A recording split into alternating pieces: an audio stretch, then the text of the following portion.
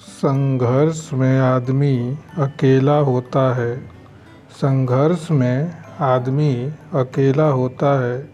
सफलता में दुनिया उसके साथ होती है। सफलता में दुनिया उसके साथ होती है। जिस जिस पर ये जग हंसा है उसी ने इतिहास रचा है। जिस जिस पर ये जग हंसा है उसी ने इतिहास रचा है। नमस्कार मित्रों, आज के इस 32वें एपिसोड में आपका फिर से स्वागत है। आज हम कक्षा 8 के विज्ञान के पाठ चुंबकत्व के बारे में हम विशेष रूप से जानेंगे। चुंबक का अर्थ सामान्य रूप से हम यही जानते हैं कि वह लोहे को अपनी ओर आकर्षित करती है। सबसे पहले हम यह बात जानने का प्रयास करेंगे कि सबसे पहले चुंबकत्व के गुण की खोज किस प्रकार हुई। प्राचीन यूनान देश के लोग काले पत्थर से चमत्कार दिखाया करते थे। यह पत्थर एशिया माइनर के मैग्नीशिया नगर में पाया जाता था। इस नगर में मिलने के कारण इसका नाम मैग्नेटाइट पड़ा। अंग्रेजी में इसे मैग्नेट तथा हिंदी में चुंबक कहते हैं। इसमें कुछ अद्भुत गुण पाए गए। जब कोई लोहे का टुकड़ा उसके पास लाया जाता था तो यह उसे आकर्षित करता था तथा इसके संपर्क में आया लोहा का टुकड़ा भी अन्य लोहे के टुकड़ों को आकर्षित करता था। सबसे आश्चर्यजनक बात यह थी कि जब इसके एक लंबे टुकड़े को धागे से बांधकर स्वतंत्रतापूर्वक लटकाया जाता था तो यह उत्तर दक्षिण दिशा में स्थिर हो जाता था। इसके इस गुण के कारण यात्री इसका उपयोग यात्रा के दौरान दिशा ज्ञात करने के लिए करते थे। इसलिए इस पत्थर को अग्रम पत्थर अर्थात लीडिंग स्टोन या लेड स्टोन भी कहा जाने लगा। ऐसे पदार्थ जो लोहे या लोहे से बनी वस्तुओं को अपनी ओर खींचते हैं चुंबक कहलाते हैं तथा जो पदार्थ चुंबक की ओर आकर्षित होते हैं चुंबकीय पदार्थ कहलाते हैं। चुंबक दो प्रकार के होते हैं, एक प्राकृतिक चुंबक और दूसरा कृत्रिम चुंबक। प्राकृतिक चुंबक प्रकृति में स्वतंत्र रूप से पाए जाने वाले चुंबक होते हैं, उसको हम प्राकृतिक चुंबक कहते हैं। इन्हें इच्छानुसार आकृति नहीं दी जा सकती है। दूसरा कृत्रिम चुंबक, मानव द्वारा निर्मित चुंबक को कृत्रिम चुंबक कहते हैं। इन्हें अपनी आवश्यकता अनुसार विभिन्न आकृति तथा शक्तिशाली बनाया जा सकता है। कृत्रिम चुंबक दो प्रकार के होते हैं, पहला स्थायी चुंबक जबकि दूसरा अस्थायी चुंबक। अब हम स्थायी चुंबक और अस्थायी चुंबक का अलग अलग वर्णन करेंगे। स्थायी चुंबक जिस चुंबक में चुंबकत्व का गुण स्थायी होता है उसे स्थायी चुंबक कहते हैं। ये चुंबक लोहा, निकल, कोबाल्ट आदि के बनाए जाते हैं। इसका चुंबकत्व शीघ्र नष्ट नहीं होता है, अतः ये लंबे समय तक उपयोग में लाए जा सकते हैं। ये स्थायी होते हैं और जल्दी इनका चुंबकत्व का गुण नष्ट नहीं होता है। स्थायी चुंबक का प्रयोग लंबे समय तक होने के कारण इसको हम स्थायी जगहों पर उपयोग किया जाता है, जहाँ पर हम अधिक समय तक इसका चुंबकत्व नष्ट न हो। कभी कभी निकिल, कोबाल्ट और लोहा और एल्युमिनियम से एल्निको नामक मुख्य रूप से बहुत ही अत्यधिक क्षमता वाला चुंबक बनाया जाता है। अस्थायी चुंबक कई आकृति के हो सकते हैं, जिसमें दंडाकार, नालाकार, चुंबकीय सुई के आकार का ये सभी गुण अस्थायी चुंबक में पाए जाते हैं। अस्थायी चुंबक मुख्य रूप से प्रयोगशाला में प्रयोग किए जाते हैं। अस्थायी चुंबक यू के आकार का, दंड के आकार का, गोलाकार आदि प्रकार के हो सकते हैं। अब अस्थायी चुंबक कई आकार में प्रयोग होने लगे हैं। अब हम आगे अस्थायी चुंबक के बारे में बात करेंगे।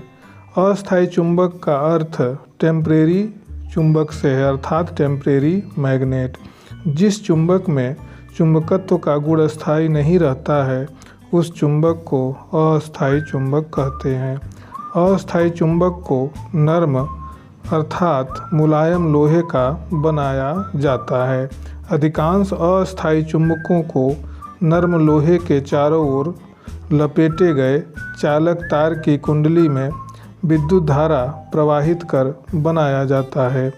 कुंडली में जब तक विद्युत धारा प्रवाहित होती रहती है, नर्म लोहे में चुंबकत्व रहता है। उसे हम घर पर भी बना सकते हैं या इसे एक प्रयोग द्वारा भी हम सिद्ध कर सकते हैं। जैसे एक कील में हम तांबे का तार लपेट देते हैं।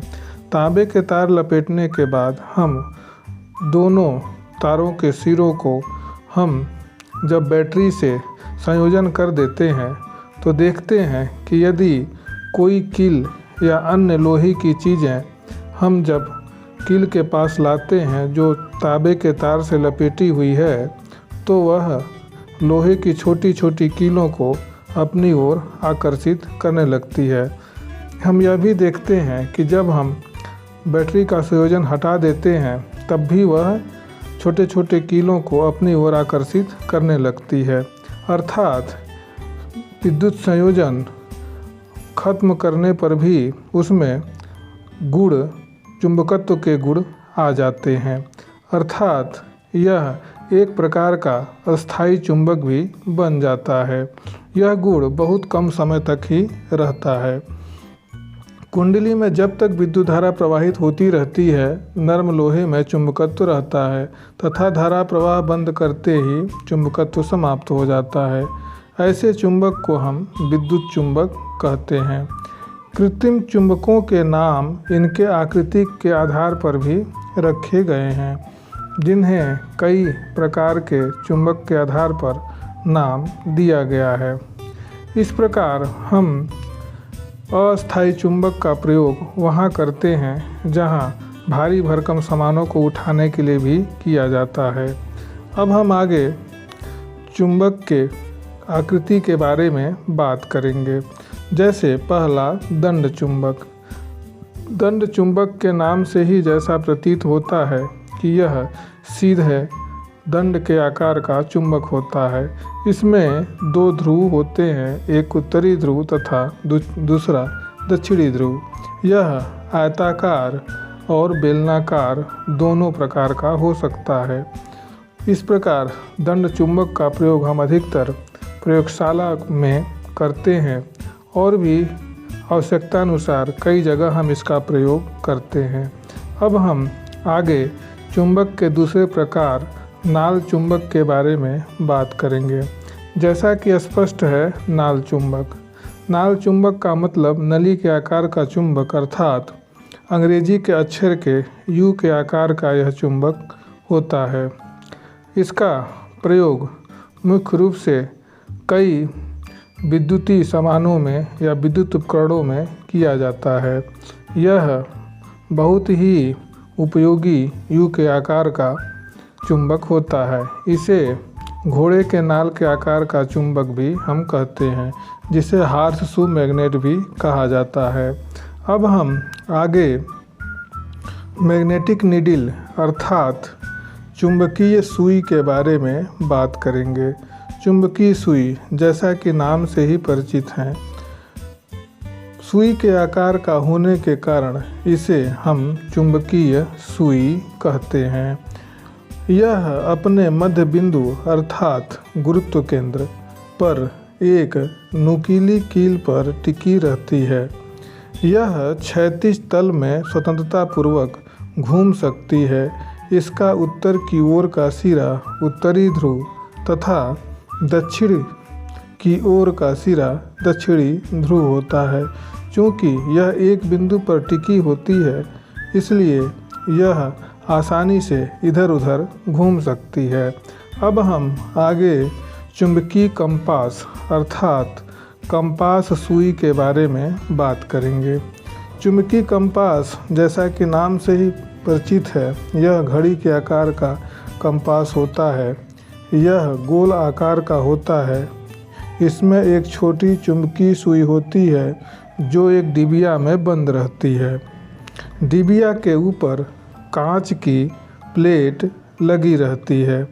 इसमें भी उत्तर की ओर का सिरा उत्तरी ध्रुव और दक्षिण का सिरा दक्षिणी ध्रुव होता है, अर्थात उत्तर की तरफ यन अर्थात नॉर्थ और दक्षिण की तरफ यस अर्थात साउथ होता है। लगभग 1800 वर्ष पूर्व सर्वप्रथम चीन देश ने चुंबक की दिशा बताने के गुण का उपयोग करके चुंबकीय कंपास का खोज किया था। इसकी खोज से समुद्र यात्रा एवं व्यापार के क्षेत्र में नई क्रांति आई। इसके अतिरिक्त विश्व के बहुत से नए स्थानों की भी खोज हुई। अब हम चुंबक के गुण के बारे में बात करते हैं।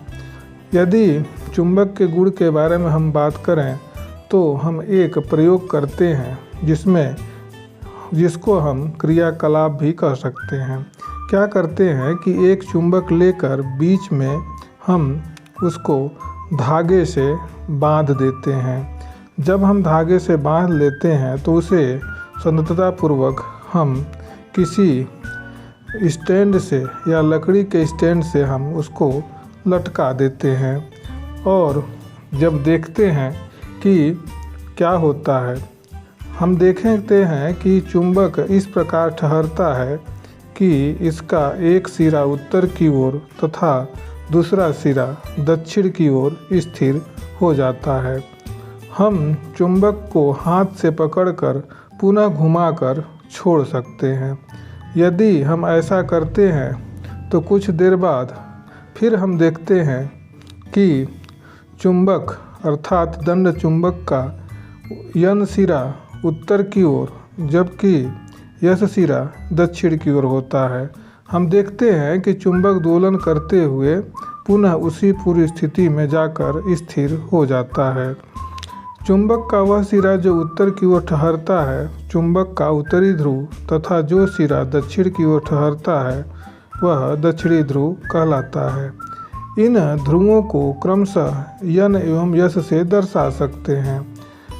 इस प्रयोग से यह निष्कर्ष निकलता है कि मध्य बिंदु अर्थात जब हम स्वतंत्रतापूर्वक लटकाते हैं तो जहाँ पर धागा बंधा होता है उसको हम मध्य बिंदु कहते हैं।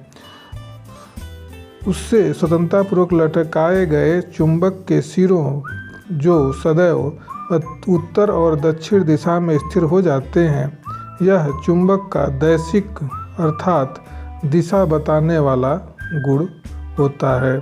इस प्रकार हम चुंबक के एक गुण का पता लगाते हैं जिससे यह पता चलता है कि चुंबक हमेशा दंड चुंबक उत्तर तथा दक्षिण दिशा में ही हमेशा ठहरता है। इसके पीछे का हम कारण यदि जानने का प्रयास करें तो हमको ऐसा आभास होता है कि हमारी पृथ्वी के अंदर ऐसी कोई चुंबकीय शक्ति है जो किसी भी दंड चुंबक को या किसी भी चुंबक को उत्तर और दक्षिण दिशा में ठहरने को प्रेरित करती है।